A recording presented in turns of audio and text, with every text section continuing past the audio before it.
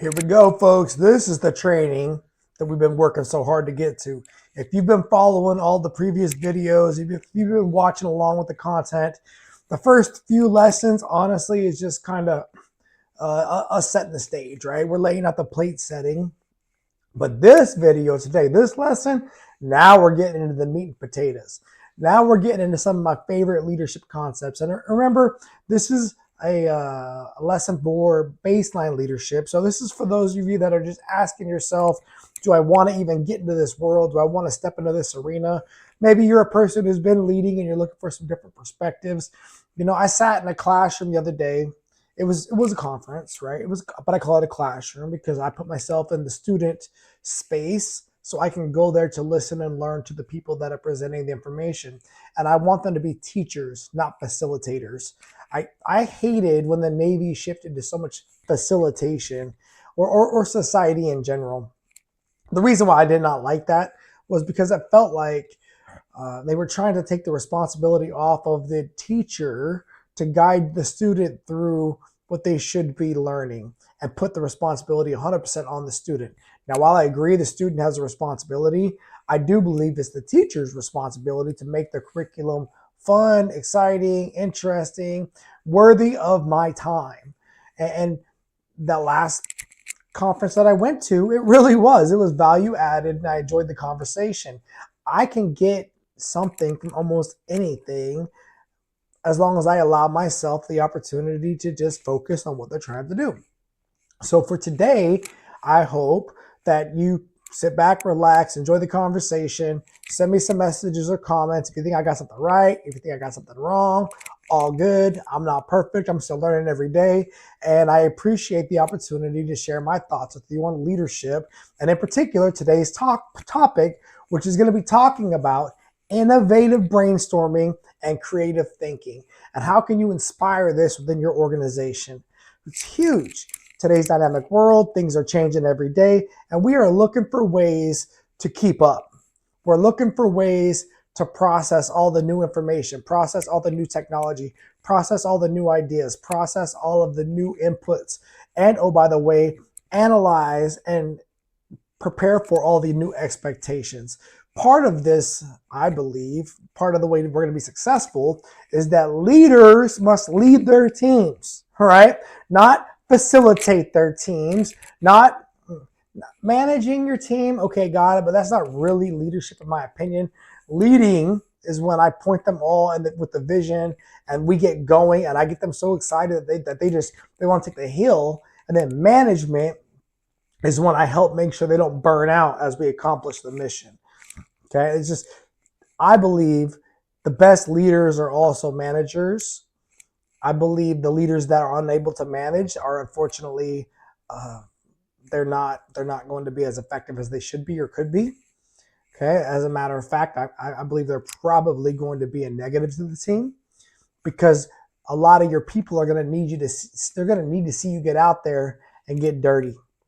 And these people that just want to be leading by saying all of these fun thoughts out loud, but don't want to go out there and play the game, that's a tough thing. That's where I think it's the problem with coaches, truth be told, especially in the professional environment. I believe at some point, unless you are a serious coach, like you're getting paid serious amounts of money for your time and you've got a background of work to show for it, people are going to expect you to be able to go out there and lead, especially if it's a part of a team that's still functioning. Okay. That'd be like me telling the cadets how to go out there and do all the drill movements and me not knowing how to drill. Now, here's the fact. I'm not the best driller out of all of us. No, nor do I have to be. I bring a lot of other things to the game, but I am unafraid to go out there and work to help them figure out how to work through these maneuvers so I can fully understand what they're going through while also be able to withdraw back out of that situation and still maintain the bigger picture. Leaders, that's crucial for you to be able to do that. And I challenge you to try. Now, why do leaders not want to do that? And we're going to cover that in today's lesson a little bit, but I believe it's out of their own self-interest. I believe they're worried about maintaining their own image, reputation, whatever it is. But we're going to talk about that today. Because if you can break through some of those areas of your own insecurity, you can innovate all the way to the end. And the goal is to not just unlock creativity. You want to drive innovation that's going to be disciplined. And through a disciplined effort, people are going to build trust in the process. They're going to build trust in you. They're going to build trust in your team. And why disciplined? Folks, it's important for people to understand what's coming next, right? Children love routine. People on teams appreciate routine. Even when we're going to be so innovative for the next few hours that we might significantly alter our routines in the future, at least they understand that this is a part of a process that they can depend upon. And it gives them the stability and the security to want to be involved. And understanding that in order for you to do this successfully, you need to take this training that I'm going to give to you, or you need to generate training for your people and train them on your expectations for this process so they understand how you want them to be a part of the team, to be a part of this process. Matters a lot. We're going to talk about that some more today. Okay, so the first part of today's lesson is going to be about how do we cultivate a growth mindset. A growth mindset. And I know it sounds cliche, but the reality is, but we are human beings placed on this earth to grow. You're not going to be able to stop it. I tell my students, I tell my son, hey, quit growing up so fast. Hey, quit growing up so fast. Because they grow so quickly from like 9th grade to 12th grade. I remember my children, I would leave for an underway. I would leave for a few months. Hell, I'd leave for 7-8 months, come back, and they would be almost like a new little kid because they would grow so much in that time period. Now, adults' growth tends to slow down physically as we mature into our adult age, but it can be exponential growth within our minds, within our abilities, within our career environments. And I believe that for people to find satisfaction, for them to find optimism, they need to be continuously growing.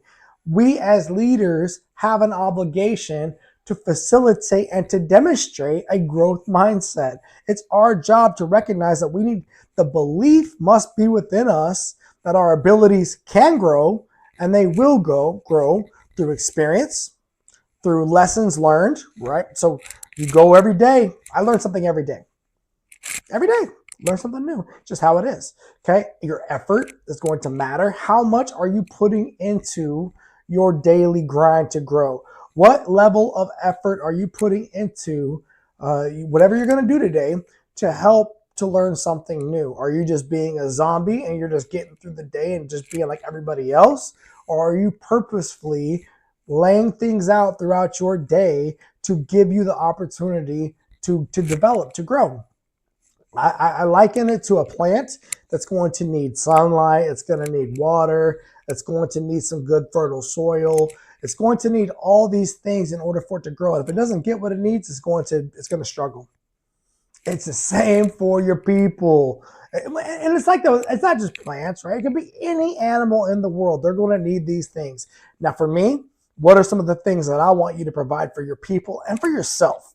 Because as a reminder, if you cannot lead yourself, you will struggle in leading anybody else in this world, whether it's leading with a spouse, whether it's your children, whether it's your family, cousins, uncles, aunts, parents, whatever it may be, whether it's within your church, whether it's within your classroom, your office environment. You must always be exemplifying the things that you're going to talk to them about, because otherwise you're just a hypocrite. Right? So if I'm going to tell you to do certain things, I remember coming up in the Navy, chiefs or older sailors would always tell me in my first ship, hey, Wise, you should go get a college education. Hey, Wise, you should go get a college education. And I didn't want to get a college education at that point in my life. I didn't know what I wanted to do. Hell, I didn't have any plans, but it pretty much was not going to be college. And then I would say, well, hey, chief, do you have a college education? Well, no, but okay, bro. You're not going to be able to give me advice to do anything, understanding that I appreciate your attention, but you didn't do it yourself. And there's real reasons why you didn't do it. And I don't feel like having to be Superman. I just don't want to do certain things. But for leaders, your ability to stand on your word, your ability to say what you mean and mean what you say is going to be 100% dictated by your actions and the results you have accomplished in your own lives. And you've got to be real about your challenges. You got to be authentic about your priorities, and you've got to be honest about why you want people to do certain things. And if it conflicts or if it's contrasted by what your lifestyle shows, you need to be ready for that conversation. Okay. Now, my recommendation is that you are an optimistic person. I want you to be an optimist. Otherwise, why are you here? Okay. Don't try to lead anybody pessimistically. That's lame.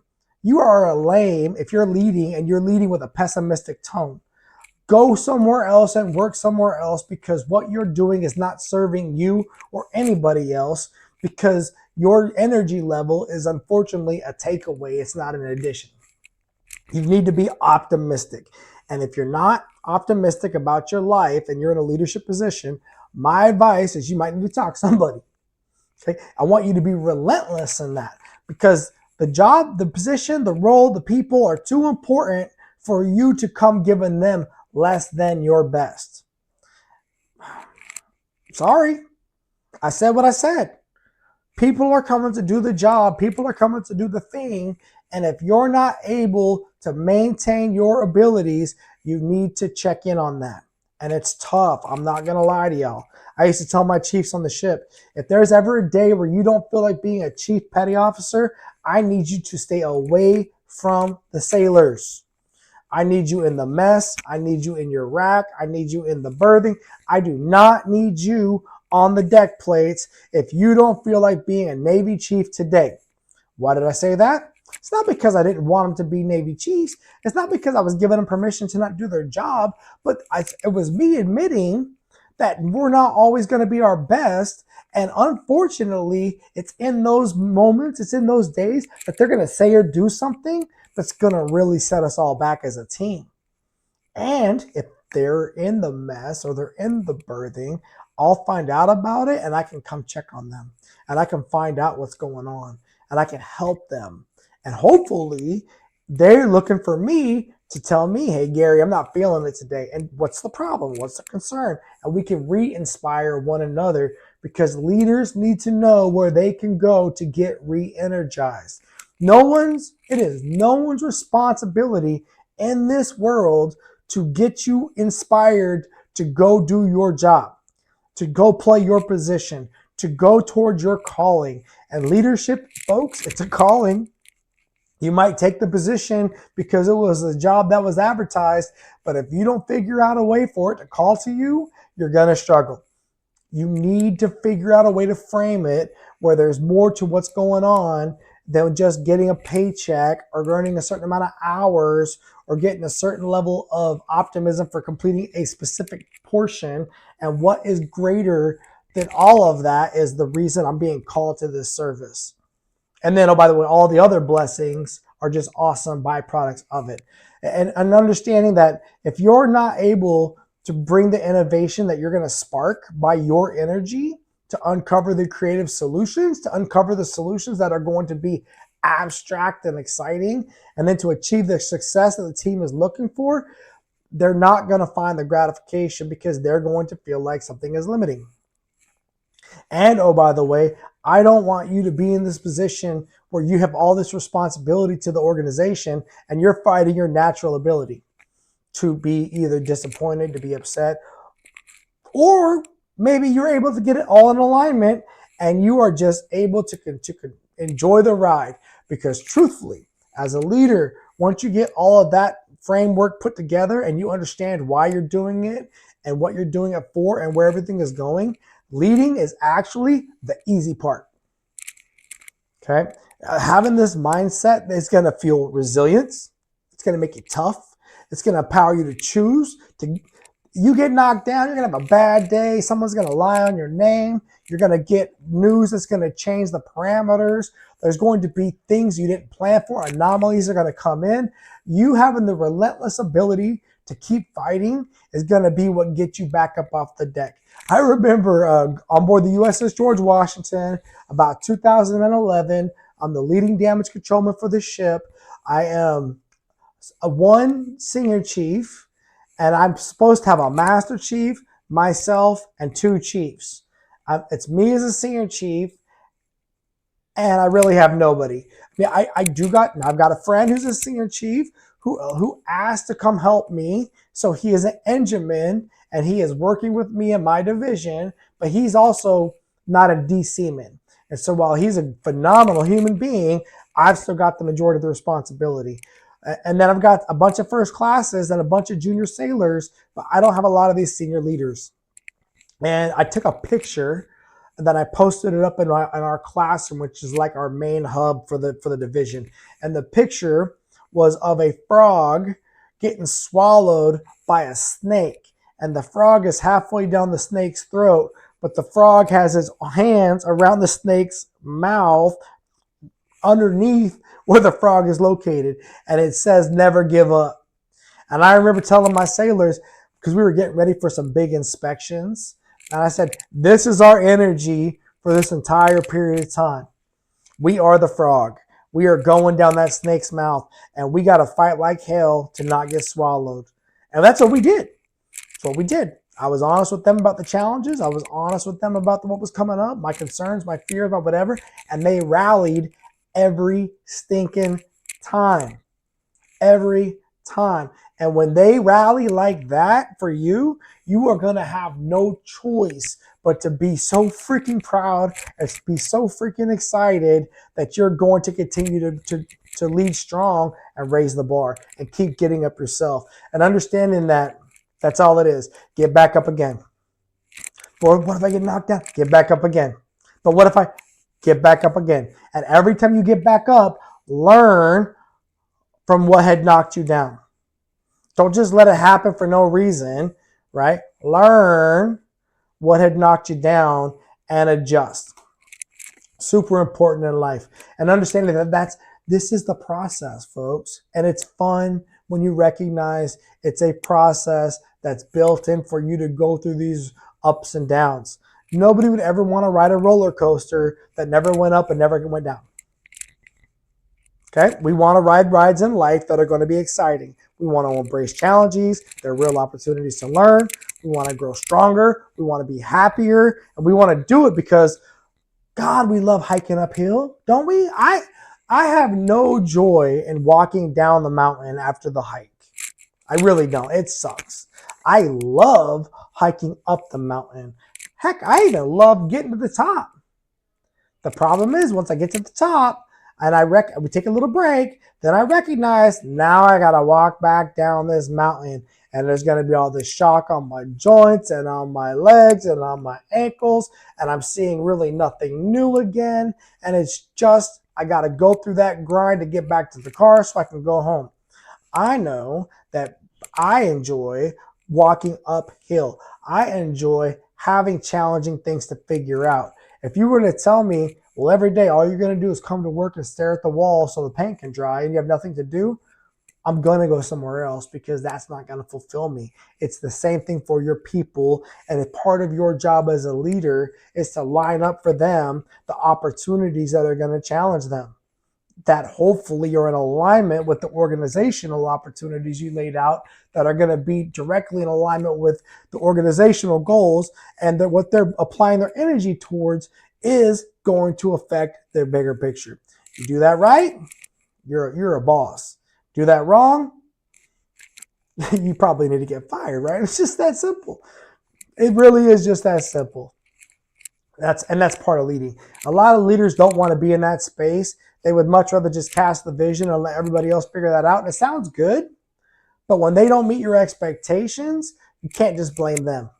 Where were you at when it was all going down? I want you to make sure that you understand every day is an opportunity to grow.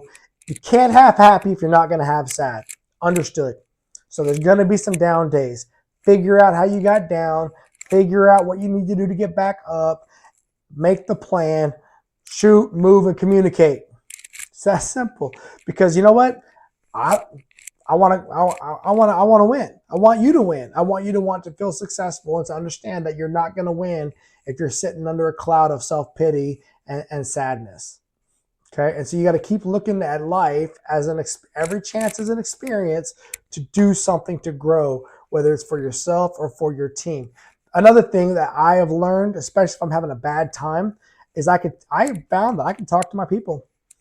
I can let them know I'm going through it, not feeling it. I'm having a tough time, and I know we got to get these things done, but I need their help.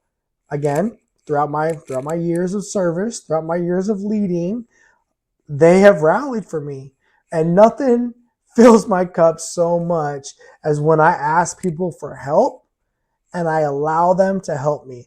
Now, we have a rule in the Navy, especially in the Navy's Chiefs Mess, and that is you cannot do it all your own. We require you to ask for help with a caveat. Okay, you must have done everything under your power to get it where it needs to get to, and the help you need is the leverage you are required to get it across the finish line. Don't just ask everyone for help to start it, because we've all got jobs to do. We've all got roles to play. As a matter of fact, typically you're a leader with a division of people. That's their job. Working for you is to help get it started. But if you want to go to peers, if you want to go to people that are higher level serving one another, people would love to help you as long as it's just that 10%, 5% to get it across the finish line. And it shows an emotional strength, an emotional intelligence that you recognize that you can be better together, that you could use some help. And as you do these things, a couple of things I want you to understand. Number one, you are now generating a requirement for you to be there for them when they ask you for help. That's number one, which is huge. You got to make sure that when they ask you for help, you give it back in spades. Number two, you are leading with such a strong example because you're showing your people that they can ask for help because you're willing to ask for help. And then last but not least, my advice is you're creating an opportunity to give feedback to people as to how you got in that position, why you needed the help. After the help comes in and the whole thing is resolved, you can then provide feedback as to how everyone's help was beneficial and hopefully give them the proper level of thanks. And all of that is going to bring value not just to you, but to the overall team and to the bigger picture, which is the other teams that are typically a part of your organizations that you're now laterally working with or cross-pollinating to build a better, stronger organization on a holistic level. And the continuation of life hopefully goes for as long as you want the ride to go. I was talking to my son the other day, and we were looking at our chaplain, and he's a little bit older than I am, and man, he is energized. Man, he is fired up. And I told my son, I said, well, how old do you think Chaps is? He told me the age. And I said, you're right. And I said, how do you think he is? He's like, I think he's awesome. So you know what? That's my goal. I would love to be at that level of energy when I get to that age, which is, a good 10, 12, 15 years from now for me. But that is awesome. I would love to live energized on this earth for as long as physically possible. And then I would love to live mentally energized for as long as mentally possible. Why would I want anything less? I want the same exact thing for you, and I want it for your people. But I know that to get there, you have got to put the work in, whether it's exercise, nutrition, hydration, critical thinking, growth mindset, giving yourself opportunity to go still be the student and to get training, giving yourself the chance to talk to your people, to give them training, but let them train you in return. All big deals. And you're going to need a couple of things. Number one, you're going to need the discipline to know you're looking for it. You're going to want to be methodically working through the challenges, leveraging your discipline, and you're going to want to be looking at the challenges as opportunities to continue the progression for whatever your long-term goals are going to be. And picture yourself being that plant reaching for the sunlight, going for the water with your roots, looking for that energy from the people around you that are letting you know this is a great place to grow. You should grow. Okay, it's a great place to grow. You should grow. And trusting in the process with faith, believing that not just does our God want you to thrive, because he does, but so does everybody else in the world. You're going to have people that don't want to see you succeed. Don't worry about them. I promise you, that's just not worth the time. Okay? Focus on people in your community, in your circle that see what you're doing and are interested in what you're doing, that support what you're doing, even if they're critical thinkers, even if they give you some candid feedback, which I like those people. I don't just need people that are going to tell me everything that I want to hear. Neither should you. You should want people in your circle that are going to tell you their perspective. That's their perspective. Doesn't mean you got to agree, but at least they're authentically giving you their feedback. And watch out for limiting beliefs. Like, I'm not capable, I'm not able, I'm not going to be able to change. Typically, this is going to come from things that are in your past. Usually it's criticism. Usually it's something you got from, an early romance. That's a big one I've seen for people, their first boyfriend or girlfriend, their parents, cousins, grandparents. Typically things that are going to make them be sad or afraid are going to cause them to believe in their future self that they're unable to do something. Folks, that's just not true. You can do almost anything in this world that you want to do as long as you have the right plan, as long as you have the right strategy, and as long as you're real with where you're at and with where you want to go. You can't swag the numbers. You can't change the numbers for the math to be right. That doesn't work. So what you've got to figure out is, how can I get this result and then reverse engineer to where I'm at now and then start the process. Does it get easier? No. But it gets exciting. It gets to be fun. There is a saying, I don't know if Jesus ever said this out loud or not, but it's a saying that I was told that Jesus said. He never said that it was going to be easy. He only said it was going to be worth it. Okay. I believe that to be true. Right. I don't want people that want easy. Me and them are not in the same room. We're not in the same realm. Once I figure out that you're a person who just wants it all easy, God bless, good luck. We're not going to be the ones hanging out talking business or shop, because I don't have time for that conversation. For my leaders in the room, I want you to understand it's not going to be easy, because the minute you start to think it's easy, it's the time you need to start looking at changing up your situation so you can grow again. You've got to find yourself some challenge, some opposition, and some adversarial conditions that are going to challenge you so you can continue to grow. Otherwise, you're going to molt. You're going to struggle. And I don't want to see you do that, because I care about you. Okay? And understanding that you need to use your discipline to handle those tough times. And if you have some limiting beliefs, recognize it. Say it out loud. I feel like I can't do that. I'm always telling the people, I'm not getting any taller. Bro's 5'6". I am who I am. I mean, you know how embarrassing it is through a lot of my life, people would meet me and I could tell just from the conversation that they expected me to be taller because they had heard about me. And then for whatever reason, when they met me, I did not meet their expectations. But I love when the books get judged by the cover. Just saying, right? For me, that's an opposition. I like to prove those things wrong and to do good things. And I appreciate that it gives me a lot of latitude to hopefully really, really, really impress upon them that the things they heard about me were true, regardless of my height or my weight or my skin tone or my hair color or my eye color or my freaking pick it.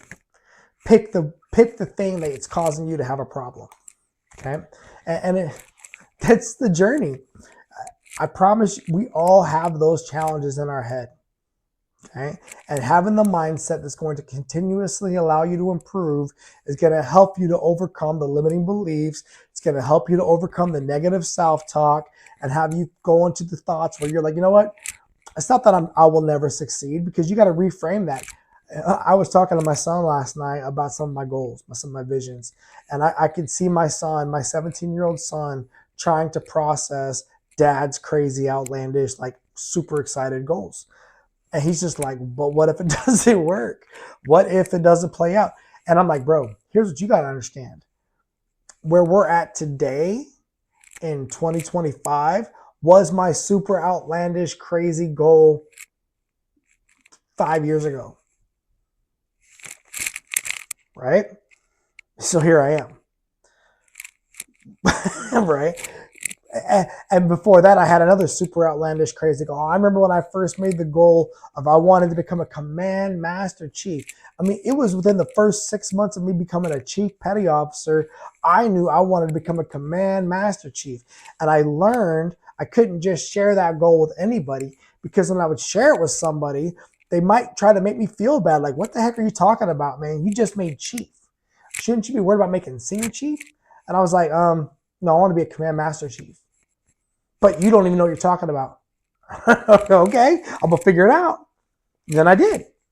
Right. And that's just how life is. And it's through those experiences, it's through that production, it's through those things that will give you the faith in yourself, and the faith in God, and the faith in your team, and the faith in your family, and the faith in the process, to allow you to set those next level of outrageous goals, and then to get the plan figured out and to put the work in.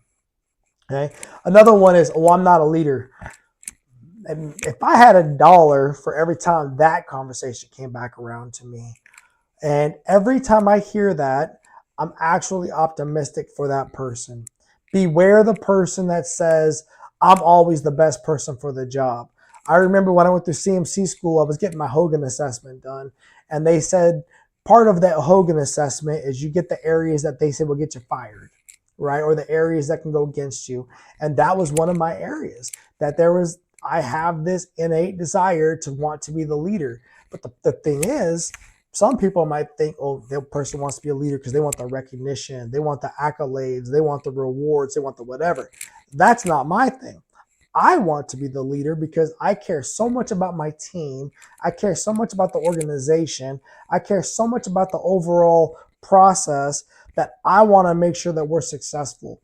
I'm more than willing to follow, but when in doubt, I'm willing to step up and lead. And so I'm never afraid to raise my hand first, but I'm also never afraid to allow somebody else the opportunity to lead. Just how it is. Okay. And what that does for some people is it makes them uncomfortable, because you're a person in that space is not afraid of the risk, is not afraid of putting themselves out there and welcoming some of these challenges that other people are afraid of. That's okay. That's what makes us different. But when people come to me and say, I'm not a leader, that's an opportunity for me to help expand upon why we picked them for the opportunity, and to coach. I'm not a fan of the word coach, but it is what it is, to coach them up to the space where they're going to take on the opportunity. Okay. And then re-inspire inside of them, reinforce that, hey, and if you get to a space where you're not sure what to do, come talk to help. Me, somebody else, get some help, get some advice. You're not in this alone. Let's go. Okay. And you're going to help them to recognize that those past failures, those past labels that society might put on them, it's all in the past. Your future is yet to be written. Okay. Your future has yet to be written. If you would have told me when I was 17 years old, 18 years old, Gary, you're a criminal, you're a gang member, you're a kid that grew up rebelling against society, that pretty much took his faith and threw it all away and said that I'm going to go against everything my parents tried to teach me and do what I wanted to do. I dropped out of high school and was just being a mess and being mean to people and not always being nice. If you would have just met me then and said, no matter what you do in your life, you're doomed to hell and doomed to fail and doomed to do something that's never going to allow you to grow, I might have believed you then, because of my worth inside of me was struggling. right? Even when I joined the military, it wasn't because I was uh, into thinking all of those things were going to change, but I was hopeful. I was hopeful. I knew I needed to do something drastic because what I was doing wasn't working, and I had pretty much eliminated every other opportunity on the thing, on the schedule. I had to do something outside the box. And I will always be grateful to the Navy and to the armed forces and to everybody throughout my life that supported me and my family as I went on this journey. And oh, by the way, I was super blessed to make it through that first 3 years because, God, if I had been serving in the Navy nowadays, who knows if I had been as bad as I was then. But back in those days, we didn't have cameras everywhere. You didn't have recording of everything. And whew, it was. I'm very grateful I was able to make it through to the end. And what I was able to learn was self-discipline, and it took years. I didn't just get there overnight. Oh no, oh no, oh no. I joined the Navy in 1997. I put on Chief Petty Officer in 2006.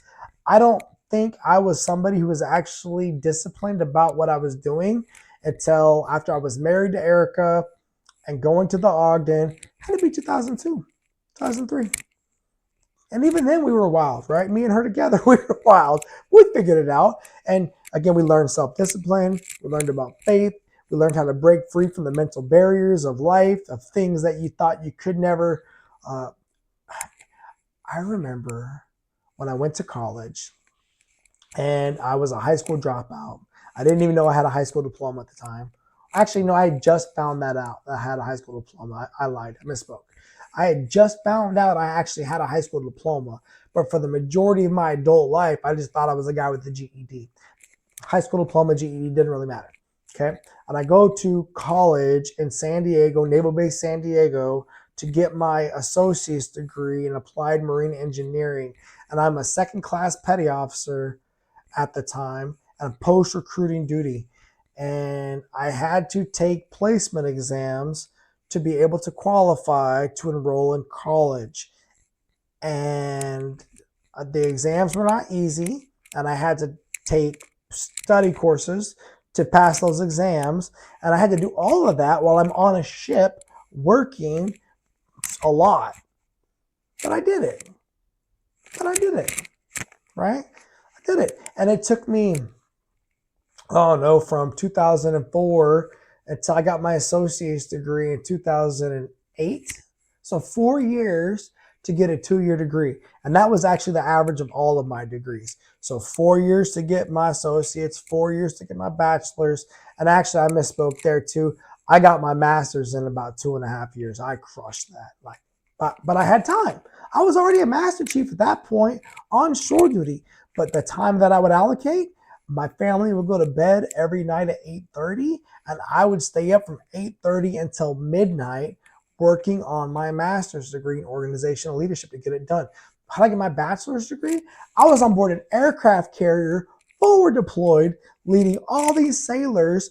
And I was very blessed to have a college that I went to that would said you could do this class in as least amount as 3 weeks, most is 12 weeks. And so what I would do is I would do all the paperwork underway during times that I had to myself, typically, 10 o'clock at night till midnight. And then we'd pull into a Liberty port like Hong Kong or Singapore or whatever it was. And when everyone would leave the ship, I would stay on board the ship for that whole period of time. And with the exception of my duty day, the rest of the days, I was crushing college to get my degree done. I was getting my degree done because I was trying to get it ready for my Master Chief package, because back in those days, that was really why I was doing college. I wasn't doing college because I thought I wanted more education. When I got my bachelor's in fire science, I don't want to get out of the Navy and be a firefighter.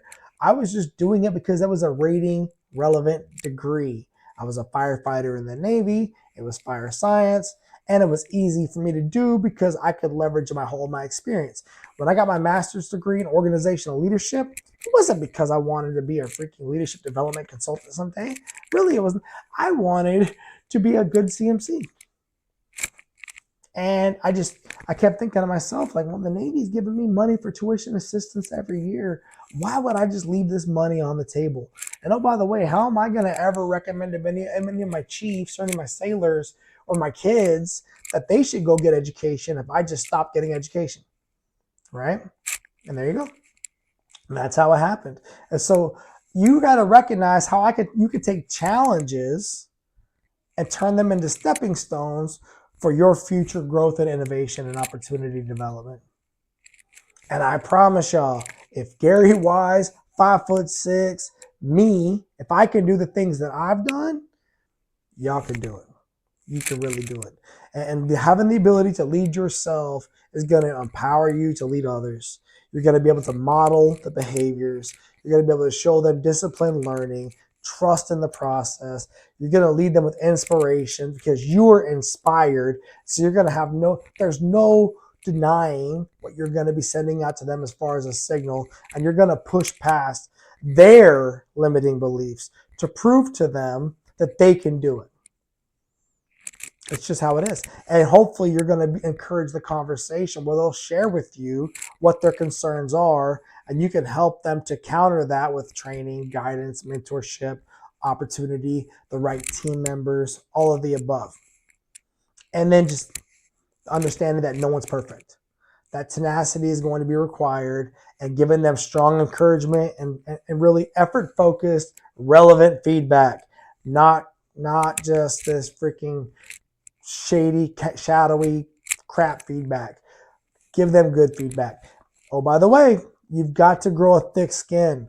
If you ask somebody for feedback, stand by for it. Right? I love it. I love good feedback. That's inspirational for me because you just shared with me your authentic self. It's huge. And at that point, I can now trust you because you told me the truth. We can grow together and we can become stronger in this whole scheme of maneuver, which is this plan that we're working. Okay, next up is you've got to be able to allow for people to want to experiment. You've got to give them the opportunity to say, hey, look, we're going to get some things wrong, folks.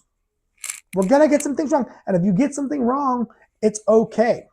Number one, why do we want to experiment? Because we're trying to grow, because we're trying new things. So it's okay to have new ideas, and it's okay to fail. You know, when I first got to the battalion, the kids were trying to flip these rifles, and I didn't know how to flip rifles. I mean, I've taught myself and them how to do it now over the past 3 years. But one of the things that I saw was if they dropped a rifle, they would do these push-ups. And I was like, okay, I get you guys think that's fun. And I get that you think that you're proving like your manliness or your strength or whatever it is, but it's stupid, in my opinion. Here's why I think it's dumb.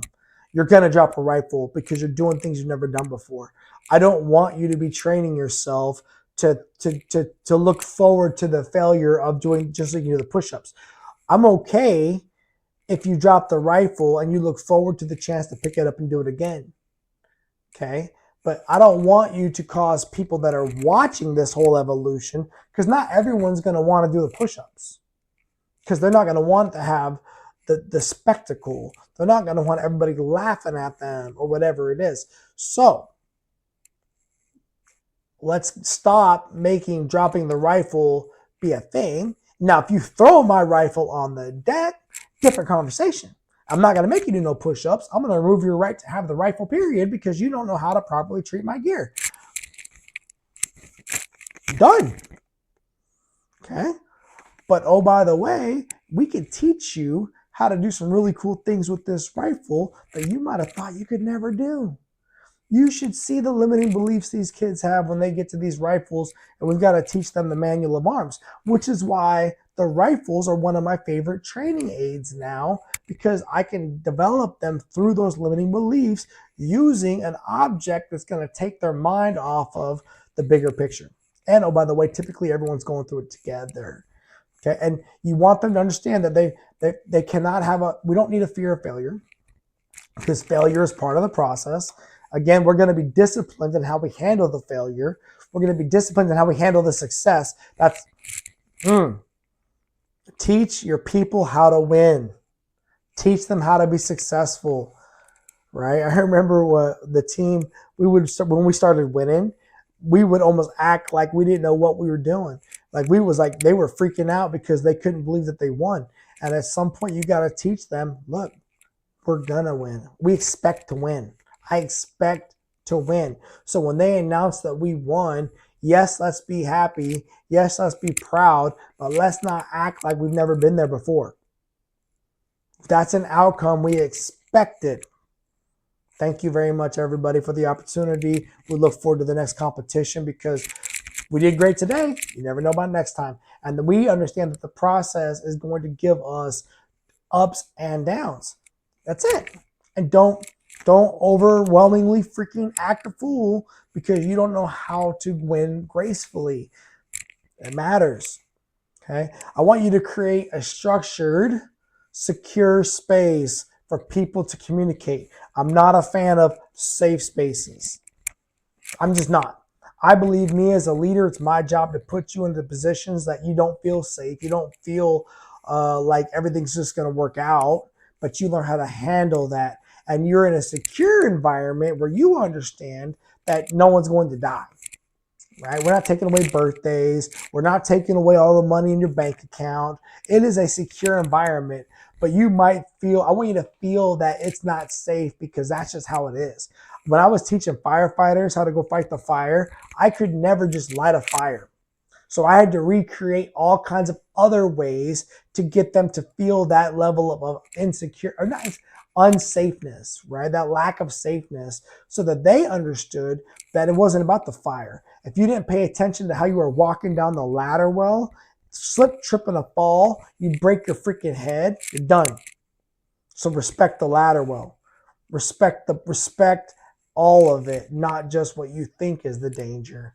Okay, and don't just, oh my God, we're in a safe space, let's hug it out.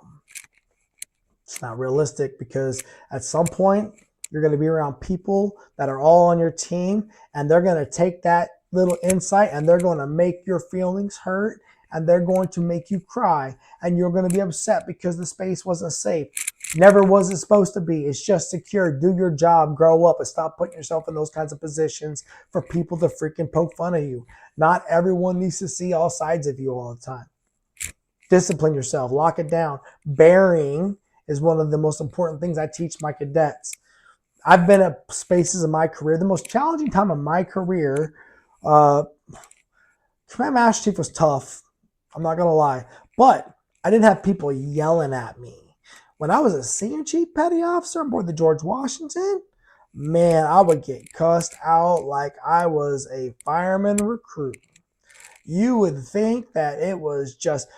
I remember the chief engineer one time was yelling at me and was pointing his finger at me. And I forget what he said, but something about my face shifted and he stopped and he was like, "Ooh, I shouldn't have said that, huh?" And I was like, I don't know where we got to the point where you're yelling so much at me. I don't understand how this is going to work. But yeah, I think this conversation is done. He was like, "Senior Chief, I'm sorry." But because what he done, look, I've got bearing, I've got discipline, I'm a professional, but I also come from a place where I am not afraid of conflict. And I think he recognized that if you're going to open up that energy with somebody, you might open the door for them to want to take it to another level. Be prepared for that, though, because you can't control what someone's going to say to you. You can only control how you're going to respond. And that's a power that you should never give away to somebody else. And I don't want to hear you blame it on, I was so angry, or they were being so mean to me. No one cares. If you respond in a way that was less than what your optimal place was, just own it. Don't do the crime if you can't do the time, right? And understand that life's not safe. You just got to be ready for it. You got to train yourself through it. And you got to look for opportunities to condition yourself to handle those spaces. And leaders have a responsibility to provide their people those spaces. Remember on Star Trek, the holodeck? Star Trek, The Next Generation, Data, Geordi, LaFour, all those guys, right? They would go to the holodeck and they would do all these things that was in a secure environment. We owe people holodecks. You owe yourself a holodeck. And understand that in that holodeck, people can put out their ideas. They can ask to take risks. We can maybe put them in an environment to take risks. They can put the work in that conversation, in that discussion, in that plan. And even when it feels intense, they still need to understand that ultimately everyone's there for the same reasons. Okay? Everyone's there for the same reasons. Don't be afraid of the intensity. That's what it feels like when you're on a team of people that actually care. There's going to be intensity. There was nothing more intense than the Chiefs mess on board the ship. And when we all were trying to get something done, and we all had to advocate our positions. And then once we all got done, we had to figure out the alignment, and we slapped the table and we go. And if we went and we all did the right thing and we didn't go out there and complain about everybody else, we were going to be great. And then for those people that went out there and complained about everybody else and was pessimistic leaders in their environment, they're the ones that let the whole team down. Which is how it goes. Okay? We want to model open environments to show the new ideas. I love to throw the grenades out there with the audacious ideas and watch my people's face like, what the heck? I will 100% send off some of the first big ideas. Let's see where it can go. Because I want them to see that I trust them with the big ideas. I have faith in the process we're about to chew on. And I want to make sure they understand that I'm willing to go to these levels.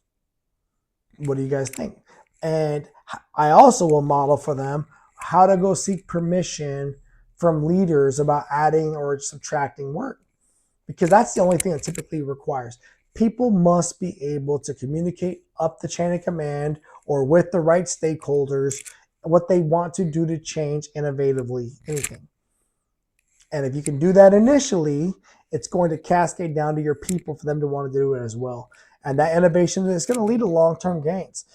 Even though you might recognize there might be a little bit of extra work at the beginning to get through it, in the long run, it's going to be better for the whole team. Plus, everybody that's actually on the team now has had a role in it. And so we all have an understanding of what's going on.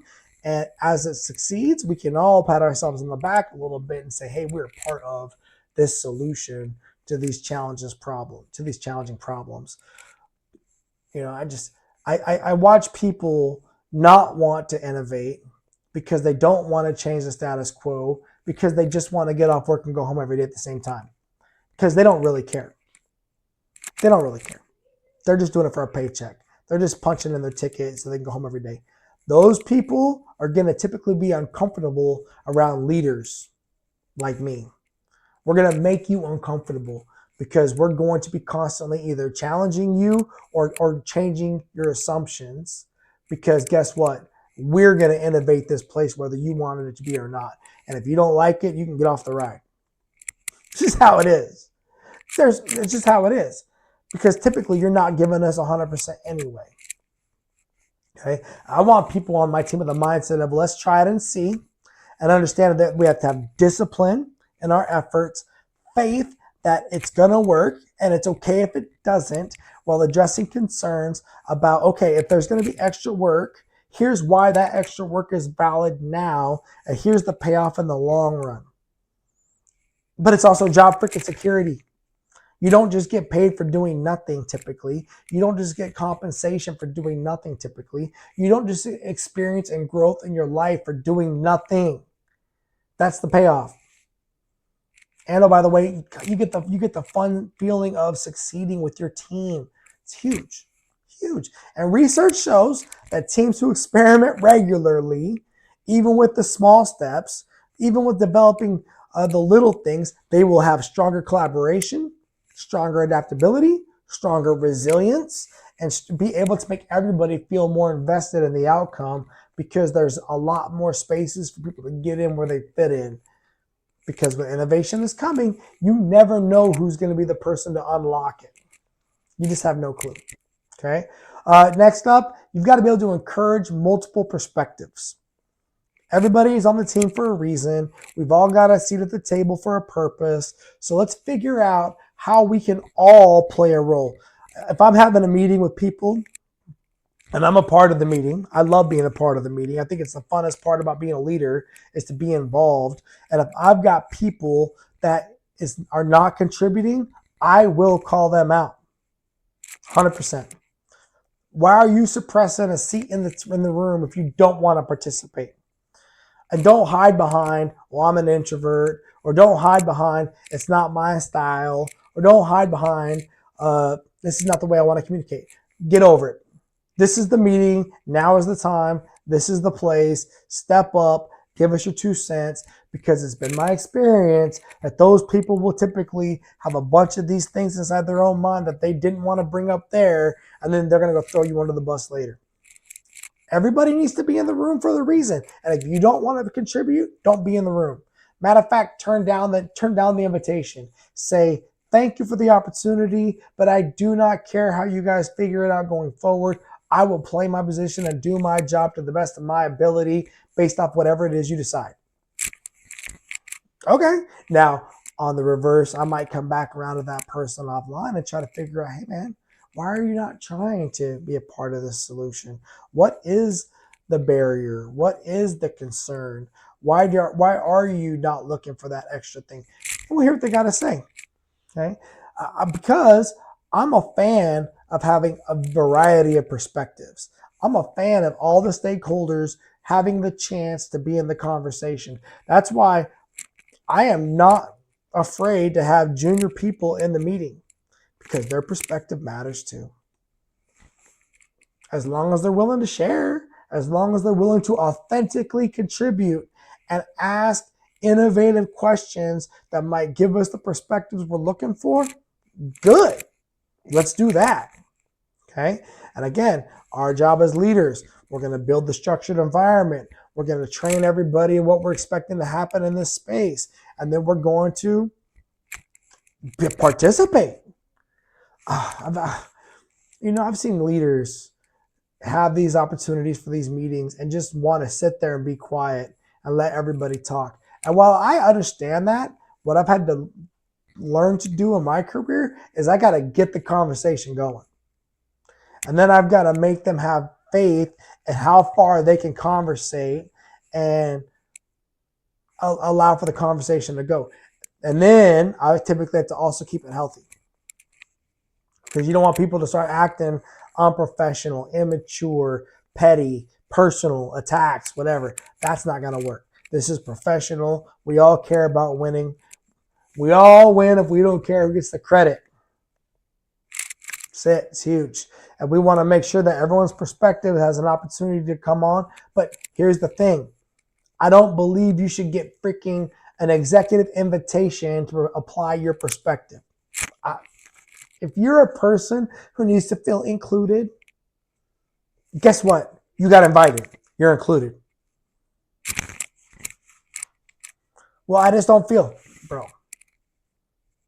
Okay, you're not ready for this opportunity. Simple and plain. You don't got to like what I said, but that's it. Get over it.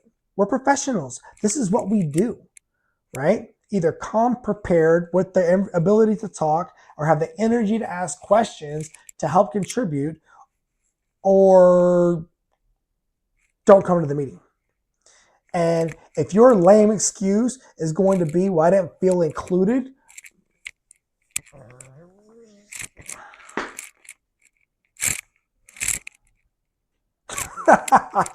you know what? You could go, because that right there, it is not going to work. Some people, and I get that some people want to feel special, or they want to have people really make an exception. Like, oh my gosh, you have not yet told us what you think. Can I roll out the red carpet so I can hear your words? No, because all that does is panders to this person in front of everybody else who's already authentically put themselves out there. It is what it is. Just say, I didn't want to contribute because I didn't know, I was afraid. Just say, I didn't want to contribute because I didn't want to have a tense conversation with another person, and now I was afraid. That's it. Okay, well, why are you afraid? You don't trust that we're all trying to win? You don't trust this person? Why? Let's have that conversation. And you can ask my chiefs in the Chiefs mess, especially any of my messes. A whole bunch of them. I was a chief since 2006. So 22 when I retired. I would 100% unpack that right in front of the whole mess. Let's have that conversation. Why don't you trust that person? Let's go. Because you can't just make that kind of an insinuation and not stand for that, not stand up behind that and answer it. Because now I want to know what's the conflict. And if it's just some petty crap, get over it. We're professionals, or this is not the opportunity for you. Period. Right? And again, research is going to show high-performing teams that trust each other are willing to take responsibility for bringing their input to the table. They don't need a freaking invitation. They're going to bring to the table their energy, their perspective, and they're going to contribute. That's my favorite part about the Master Chief community and the Chiefs mess. Because when you get the Master Chiefs in the room, they're going to all contribute. It's unfortunately, I wish it was like that for everybody across the whole mess lines. And trust me, when I was a chief, I was filling a Master Chief billet. I was contributing. So much so they were like, Gary, you can't come to the meeting because you contribute too much. Well, guess what? I'm fighting for my people and for my team, and I don't feel like anyone's contributing for us. And so I've got to do what I got to do. Sorry. It's not my fault that your guys' perspectives are not as energized as mine. I come prepared, right?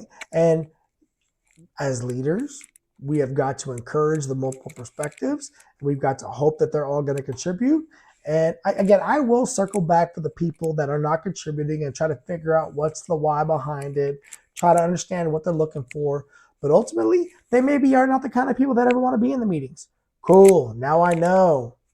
But I also will tell you, you're probably going to be limited in your growth of this organization if you're not going to be able to effectively collaborate, to effectively communicate, and to effectively ensure you can explain to all of us that you know what you're doing.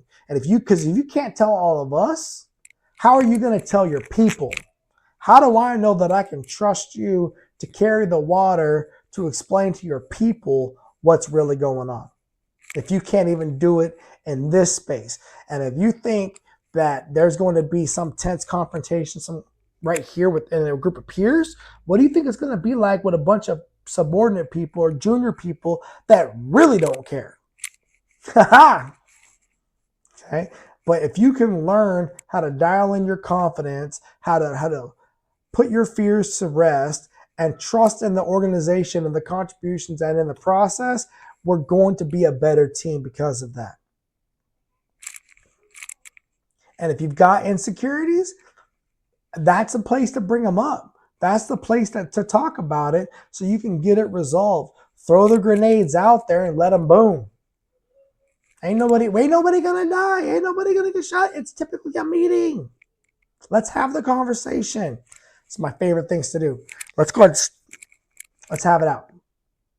All right? That way you can recenter baseline and go from there. And I believe leaders have an obligation to encourage those conversations and to call out if there's problems. Inspire the conversation and let them go, and then keep the guardrails on there while you figure it out, and then make sure they're being productive. Okay, I'm a big fan of rules of the road for conversations. Have a goal. Have a reason for the meeting. Keep them on track. But when you recognize areas you need to come back to and dig in, don't be afraid to come back and dig in. And if it's not something for everybody, at least the 2 or 3 people that need to be in the room, get them in the room and have it out.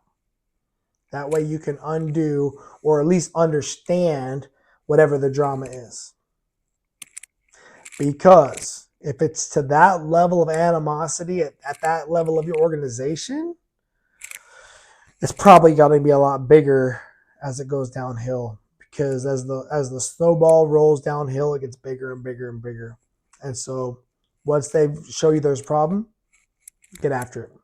Okay. And how do I guide brainstorming effectively? Glad you asked. Right? Number one, we got to have clear objectives. We got to make sure everyone understands here's why we're coming in together. Here's what we're coming to talk about. And again, only the people that are fully committed to the organization's long-term success need to be probably in the conversation.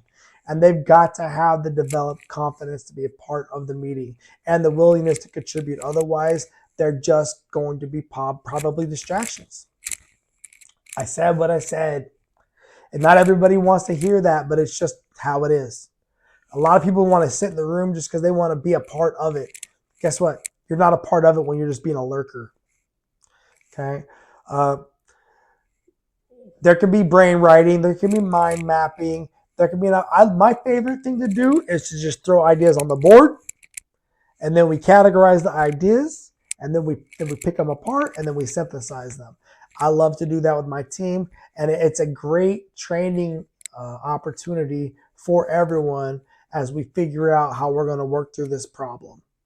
Okay, and leaders have a role. I'm typically the guy that's either at the board, and then everyone gets mad because my penmanship sucks, or I'm typically the guy that starts them all off, and then I walk in the back and I stand off to the back behind everybody where nobody can see me, and I allow them to roll. And what's awesome is when the better your team is, the better they're going to do at doing the whole brainstorming thing without you being there.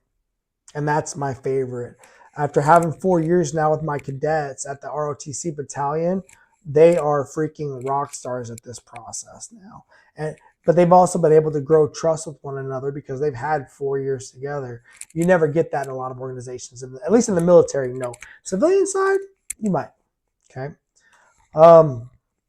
Again, rapid ideation. We want to build on ideas quickly. We don't want to think it all the way through at first, but I do want everyone to fully own and represent their role in the organization.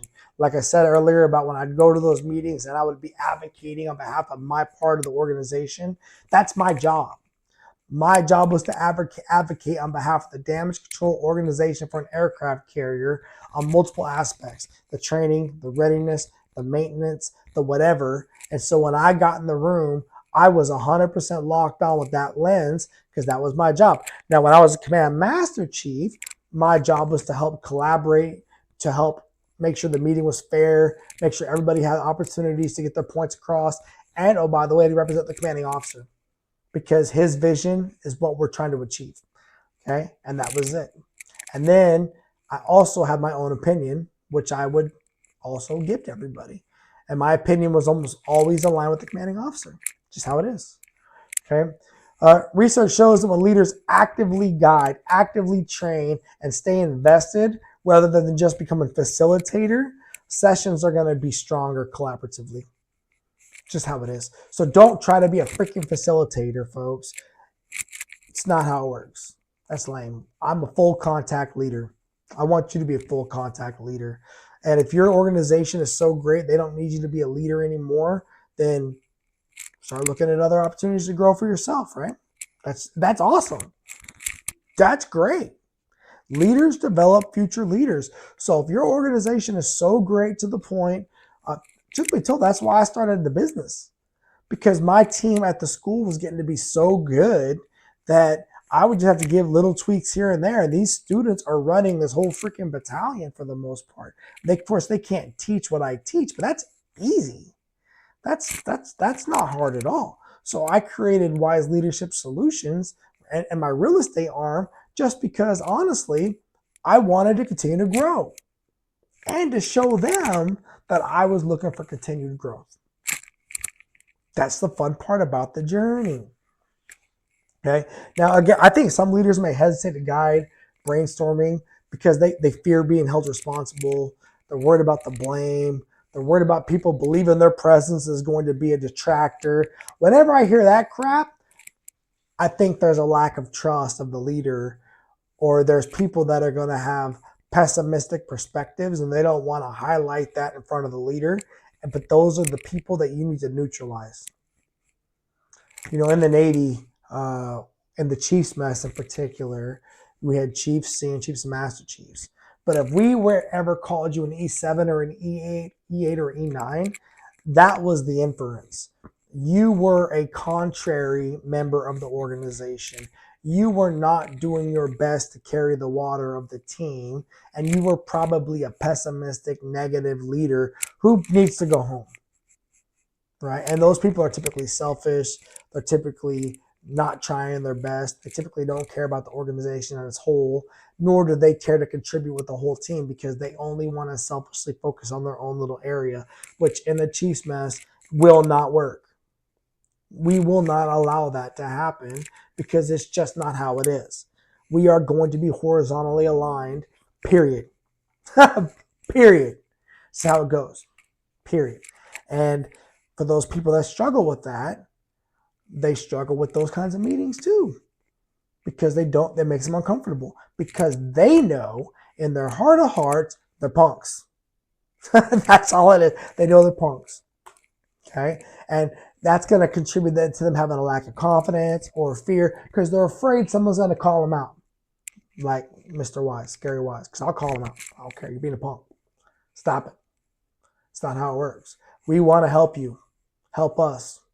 Because the sailors that work for you or the teammates who work for you want our help too. I promise you. This is how it is. Okay. Research shows that leaders who embrace their role with confidence create engaged teams that innovate boldly. So if you can find the confidence to fill your role strongly, you're going to be a better leader. Okay. Again, you're going to lead brainstorming. You're going to lead meetings with actions over words. It's you're actively involved. You're there for a purpose. You're there for a reason.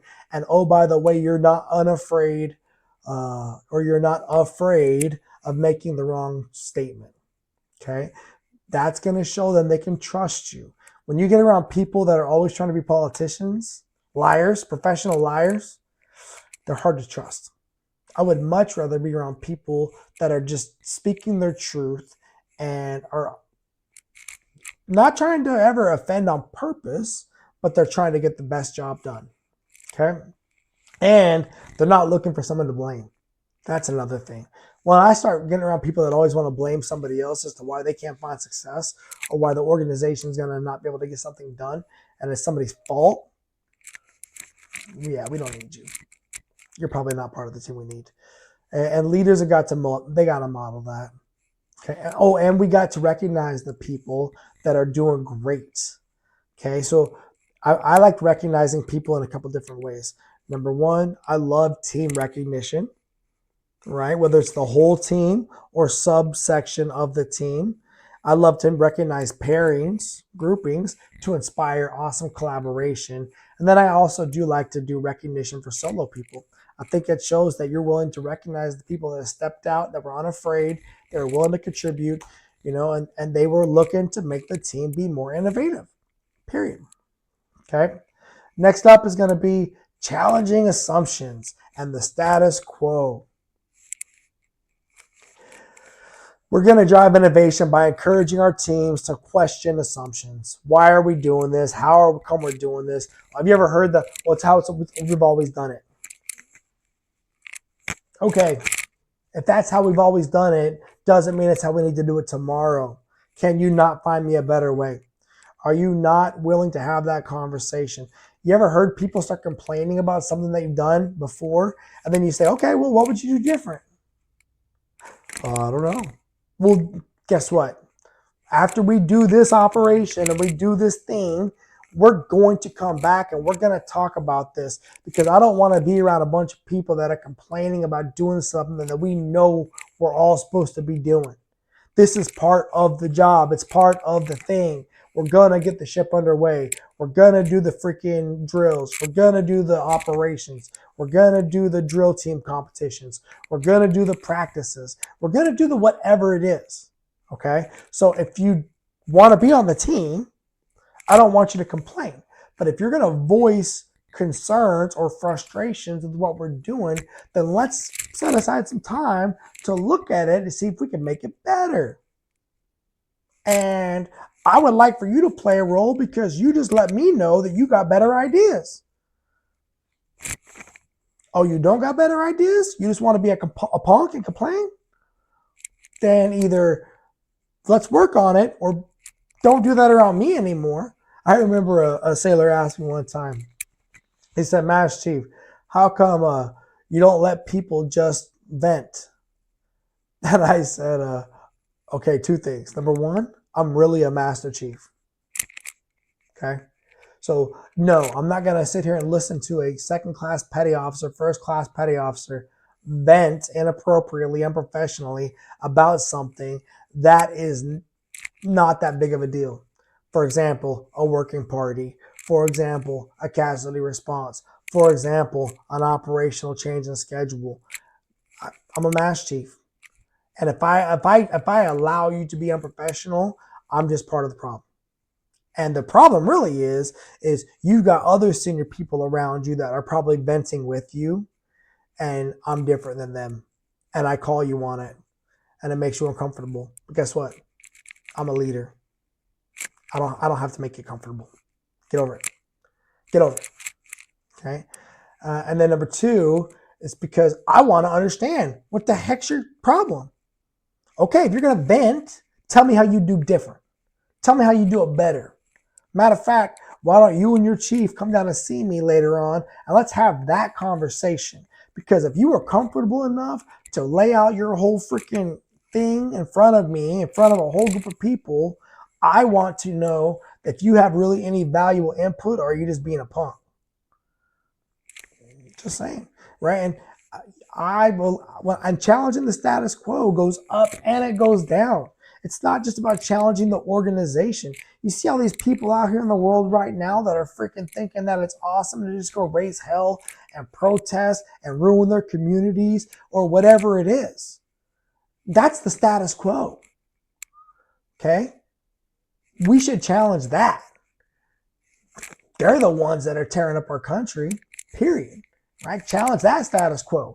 Don't freaking, I'm not here for it. I'll just tell y'all that right here and now. I'm not afraid to be a free thinker.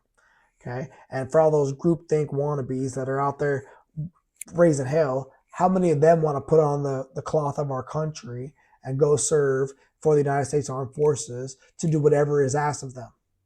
They won't. They're cowards. Period. They're cowards. That's all I'm going to say about that. Moving on.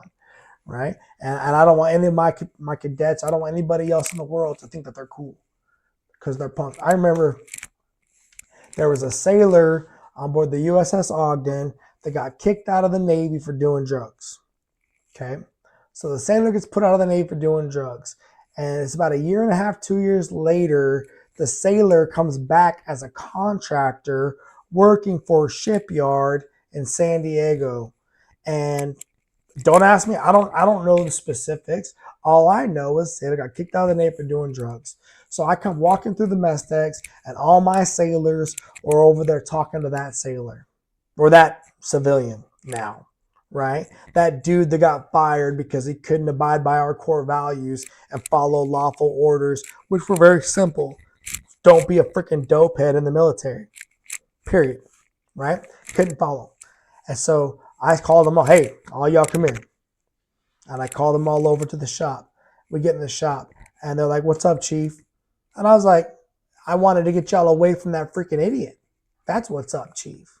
Right? Oh, well, we were just catching up with him, blah, blah, blah. It's like, no, he's an idiot.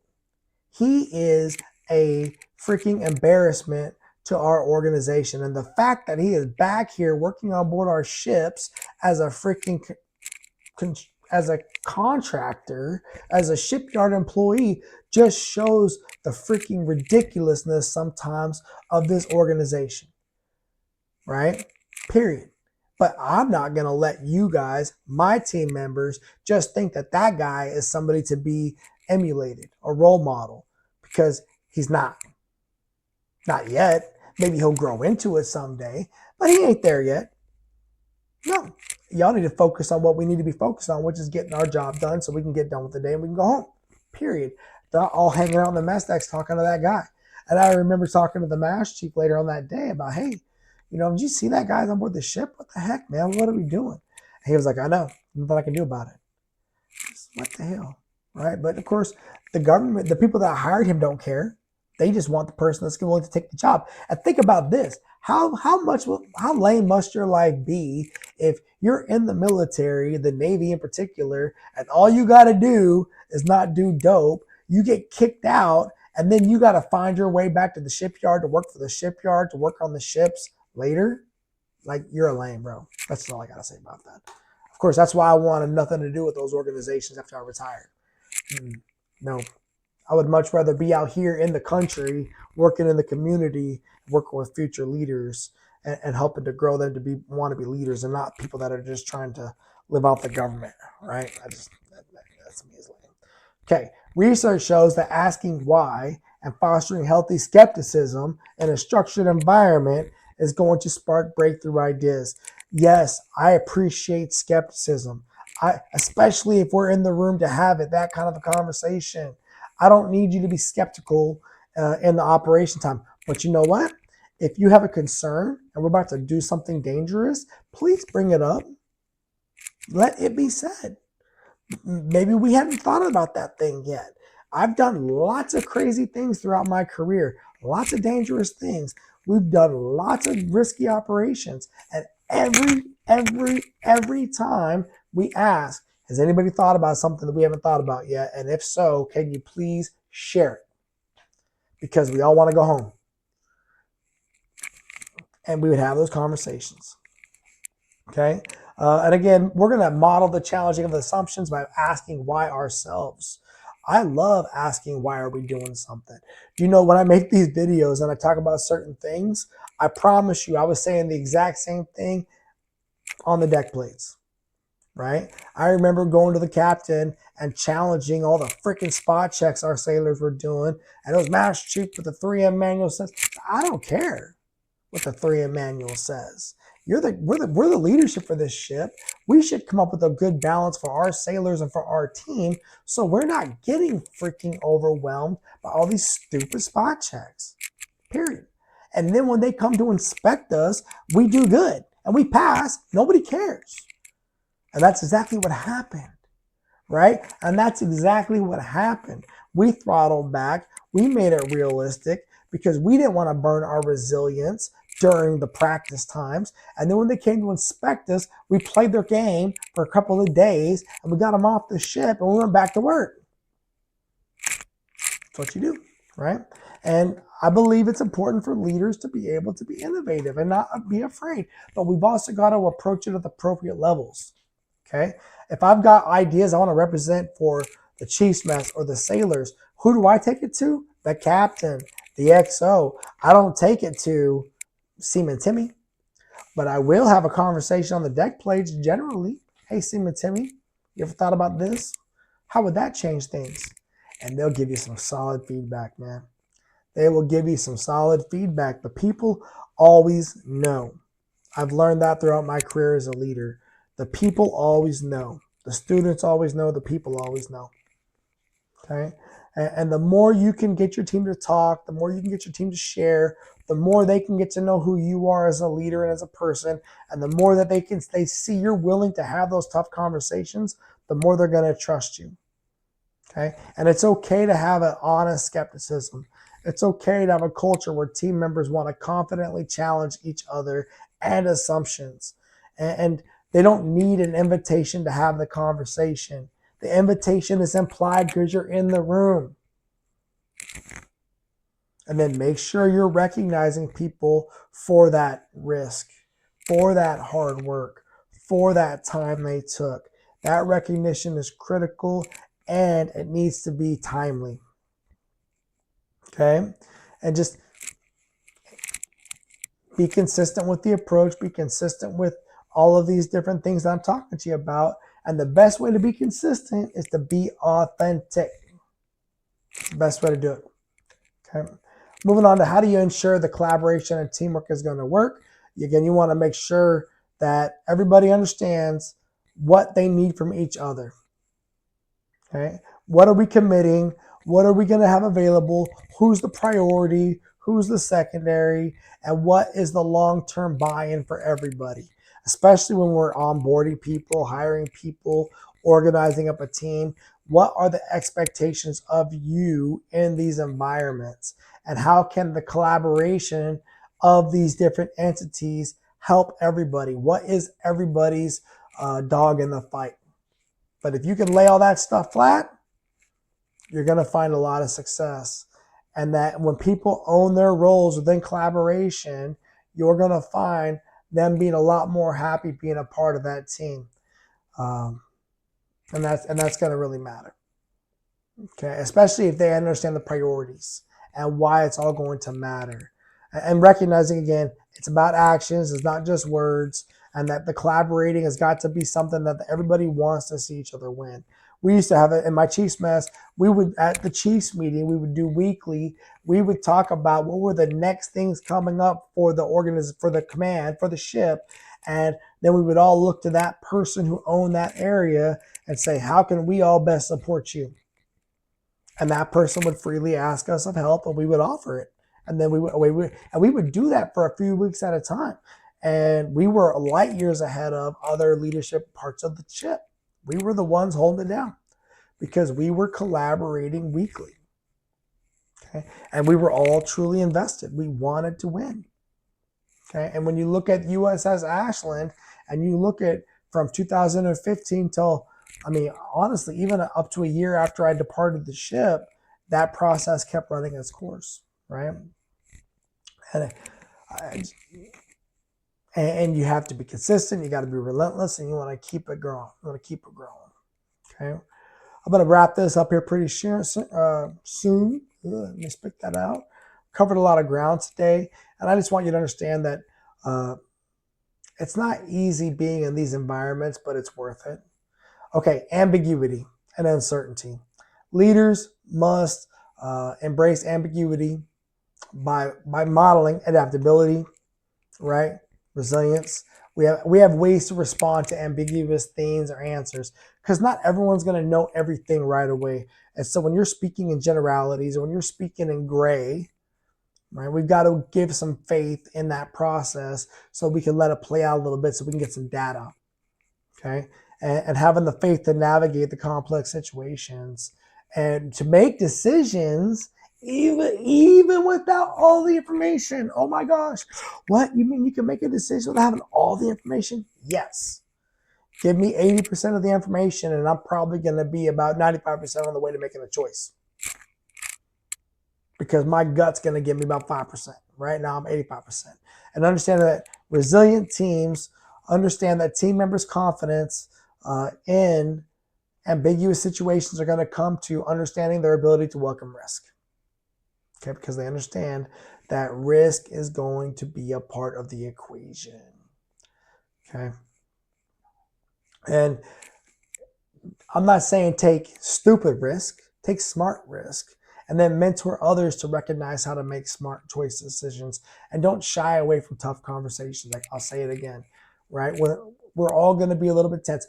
Don't say, oh, we're taking this risk. If we don't make this work, you're in trouble. That's not going to work. That's dumb. Don't do that, right?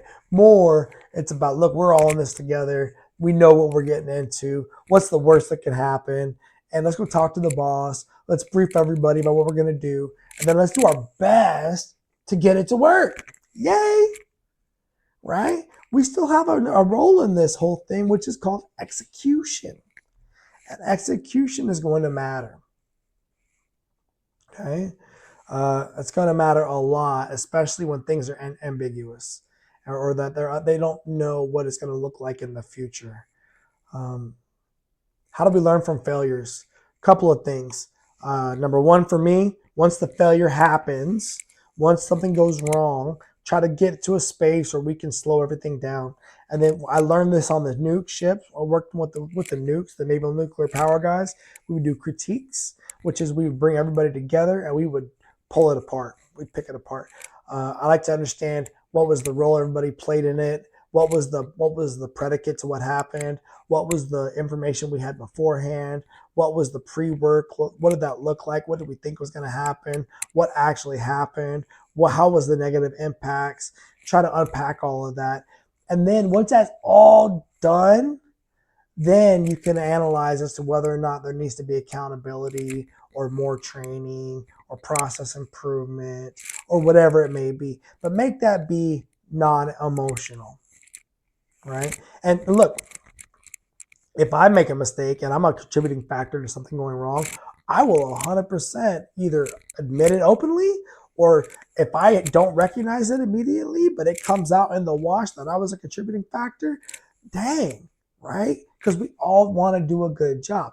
Now, if there's people that are purposefully not doing their best, not trying their hardest, or not doing the job by the book with the book open, as one of my old favorite commanding officers used to say, then they're worried because they know it was an honest mistake. They were screwing around. And guess what? They should be. Because when that comes out, there ain't gonna be no good answers. You're gonna probably need to go find something else to do with your time because we can't trust you to do certain things. Nothing is more disappointing than when you have somebody on the team that purposefully did less than their best to try to get away with something. Okay, honest mistakes, no problem.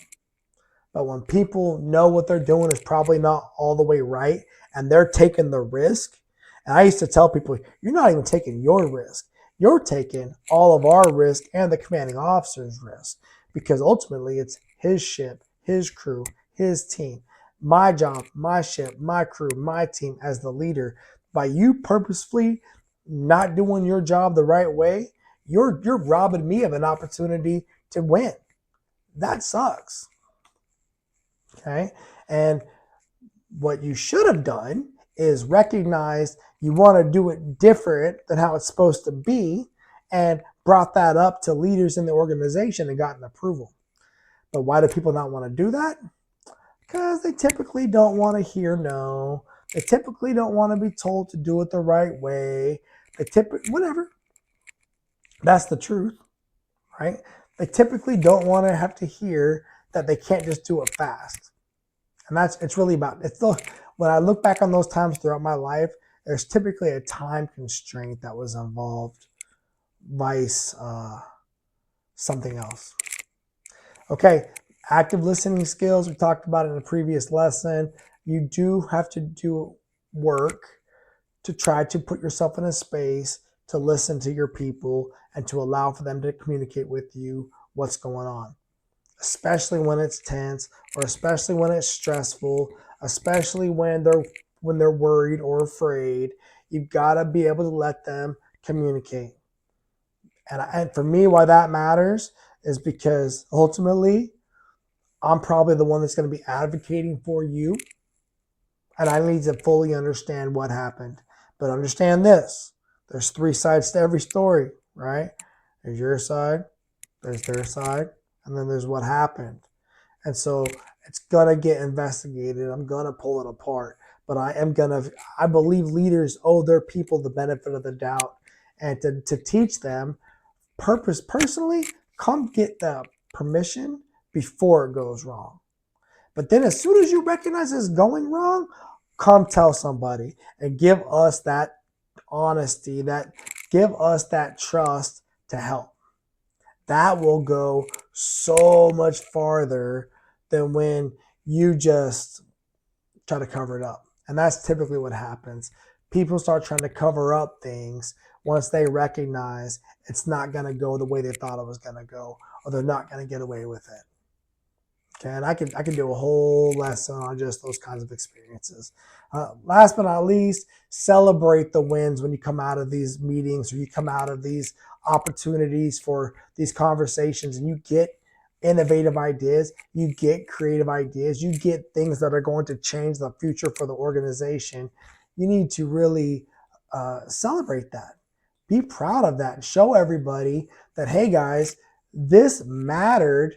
Everyone taking the time to have this tough conversation, to have these thoughts, to take the time to really, really, really share concerns or fears or whatever it is.